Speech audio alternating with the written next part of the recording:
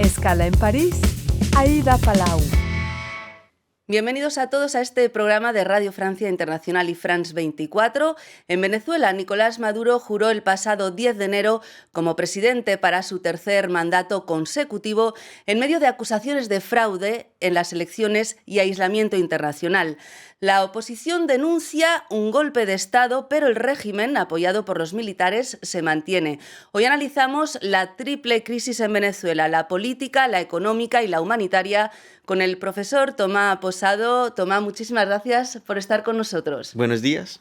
Bueno, Tomás Posado, que es profesor de Civilización Latinoamericana en la Universidad de Rouen y ha publicado varios libros sobre América Latina, entre ellos, lo vamos a decir en español, aunque está publicado en francés, Venezuela de la revolución al colapso, el sindicalismo como prisma de la crisis política en un periodo que va del 99 al 2021, un libro que fue publicado en el 2023 por Prensas Universitarias du Midi.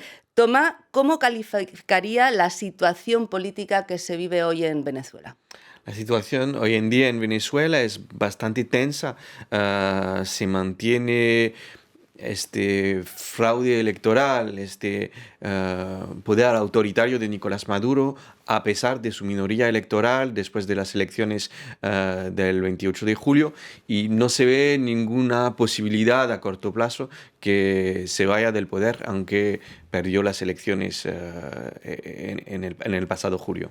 Justamente, la oposición y la comunidad internacional denuncian que en esas elecciones del 28 de julio hubo fraude, pero según el CNE, Maduro ganó con el 52% de los votos a González Urrutia. Según las actas publicadas por la oposición, Urrutia habría ganado con el 67%. ¿Qué pruebas objetivas tenemos de ese fraude? La oposición compiló más del 80% de las actas de las mesas electorales y muestran esta ventaja de más de 37 puntos que no se podría revertir con el 20% que resta. El 20% que queda. Y estas actas fueron validadas por la Fundación Carter, que en el pasado había negado acusaciones de fraude en contra de Chávez, por ejemplo, cuando la oposición pensaba que había fraude, pero que no tenía pruebas de eso. En este momento, la Fundación Carter validó los resultados de Chávez.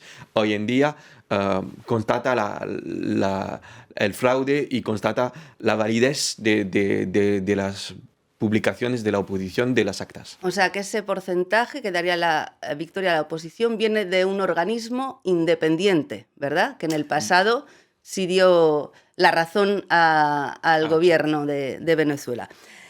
¿Cómo se sostiene este régimen venezolano? ¿Qué apoyos tiene? A nivel popular, cada vez menos, según estas elecciones, pero el ejército sigue apoyándole.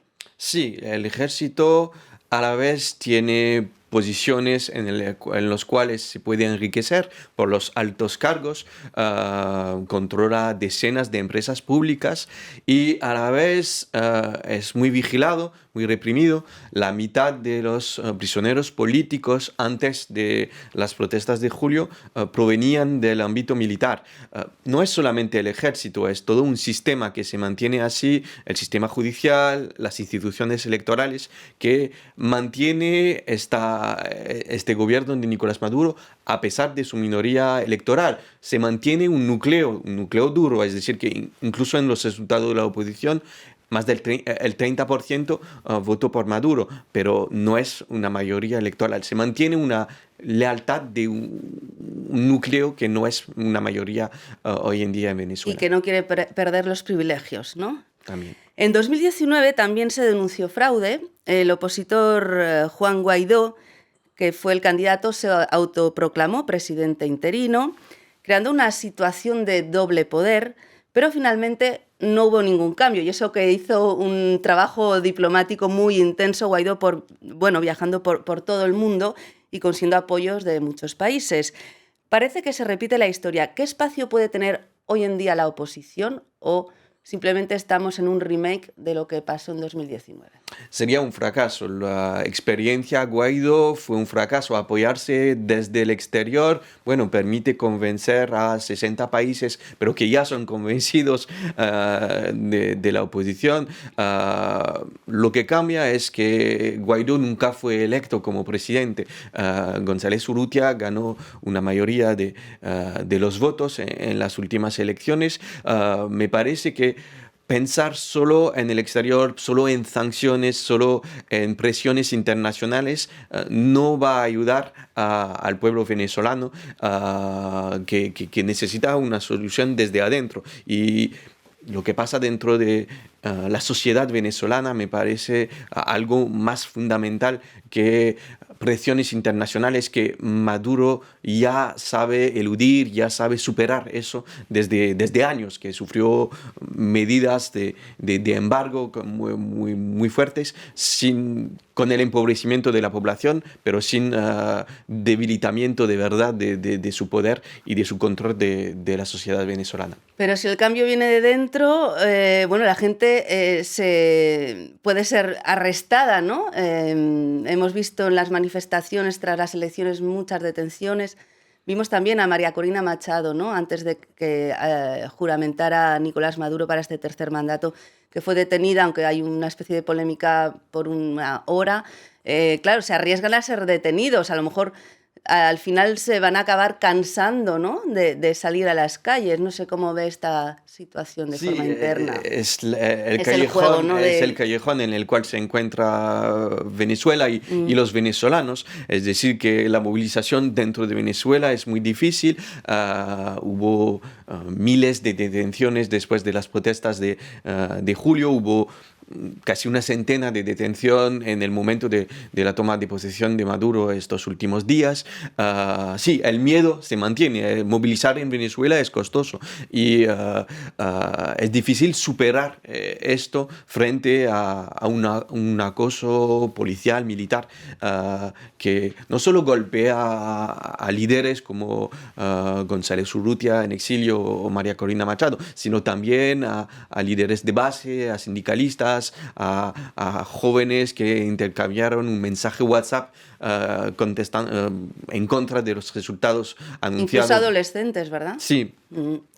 Bueno, hablaba de las sanciones que de momento empobrecen a la población, que bueno, tocarán, afectarán a según qué gente del poder en Venezuela. Los países han anunciado más sanciones, no los voy a nombrar todos. Voy a decir solo lo que ha hecho Estados Unidos, que ha subido $25 millones la recompensa por la captura de Maduro y Diosdado Cabello, y también ha impuesto sanciones a 8 funcionarios. La Unión Europea también lo ha hecho, Reino Unido también. ¿Tendrán algún efecto o seguiremos igual? El efecto que han tenido las sanciones económicas no son lo mismo las sanciones económicas y las sanciones contra personas. Las sanciones económicas han tenido un efecto de agravar la crisis económica en Venezuela. Un economista venezolano habló que la mitad, un economista vinculado a la oposición más o menos la mitad de la amplitud de la crisis económica venezolana viene de estas sanciones. Es decir, que la población se mantiene cada vez más dependiente de las ayudas alimentarias que puede dar el gobierno por culpa de las sanciones, porque cada vez los venezolanos son más pobres, cada vez son más dependientes de las limosnas que puede dar el gobierno para sobrevivir y alimentarse. Estamos en este nivel de crisis humanitaria en Venezuela. O sea, ¿de qué amplitud estamos hablando? Porque leía, por ejemplo, el PIB que ha bajado, se ha reducido un 88% entre 2012 y 2020. Es una barbaridad para un país que tiene las reservas de petróleo más grandes del mundo. Sí, Venezuela tiene este problema, tener una dependencia al petróleo, es decir, tener ciclo de abundancia y ciclo de crisis. La crisis actual es una crisis muy dura, casi desconocida por un país que no es un país en guerra. Hay dos fases en esta crisis. En esta fase, entre 2014 y 2020, hubo esta caída del 80% del PIB.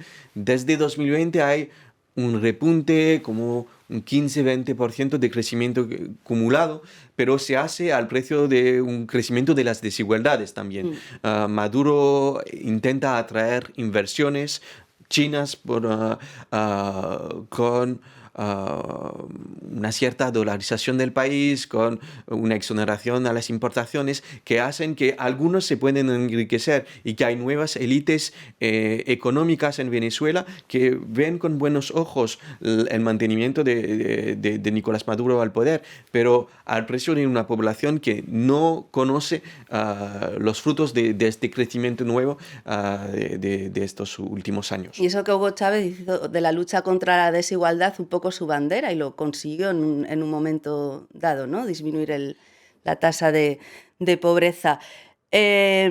Sobre las últimas noticias que nos llegan de Venezuela está esa decisión de Maduro de reducir las representaciones extranjeras en Caracas. Se ha limitado incluso los movimientos a representantes diplomáticos de 3 países, entre ellos Francia. ¿Cómo interpreta esta medida? Es la consecuencia, me imagino, de intercambios entre Macron y González Urrutia después de las elecciones y después de la toma de posesión de Nicolás Maduro. Es una manera de mostrar la hostilidad a Francia y a los gobiernos que han apoyado a González Urrutia y que se ponen en un bando geopolítico en contra del bando de Nicolás Maduro. Es una manera también de mostrar una cierta hostilidad sin romper relaciones diplomáticas, porque se mantienen vínculos con incluso empresas francesas en el sector petrolero que mantiene actividades en Venezuela. No nos queda ya mucho tiempo. Le quería preguntar sobre esas medidas, nada más tomar posesión.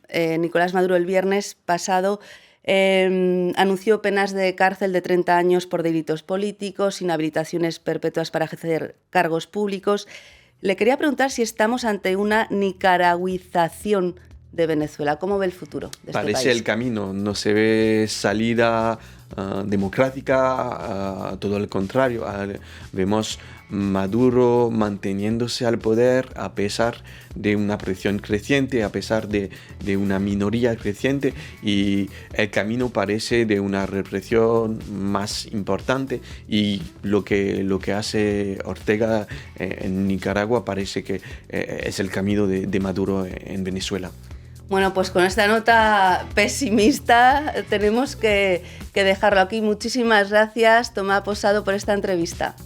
Muchas gracias. Y gracias a todos ustedes por habernos acompañado. Ya saben que también nos pueden seguir por internet en rfimundo.com y en france24.com. Hasta pronto, amigos.